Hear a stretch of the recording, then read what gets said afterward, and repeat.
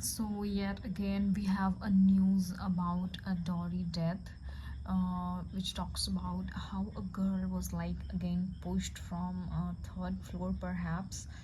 And the worst part about it was a love marriage, which is I think we are not it is not supposed to end up like this.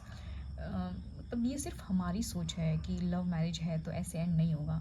Trust me, guys, whether it is love marriage or arranged marriage, it has nothing to do with how the guy or his family turns out to be after marriage. Because after marriage ना relationship बिल्कुल ही बदल जाता है. I mean, can you imagine it was a love marriage and after like 72 days of marriage, she jumped from the third floor or something. Now they will term it as suicide, and the case is gonna end up again. So, what kind of society we are living in? I mean, girls are like dying every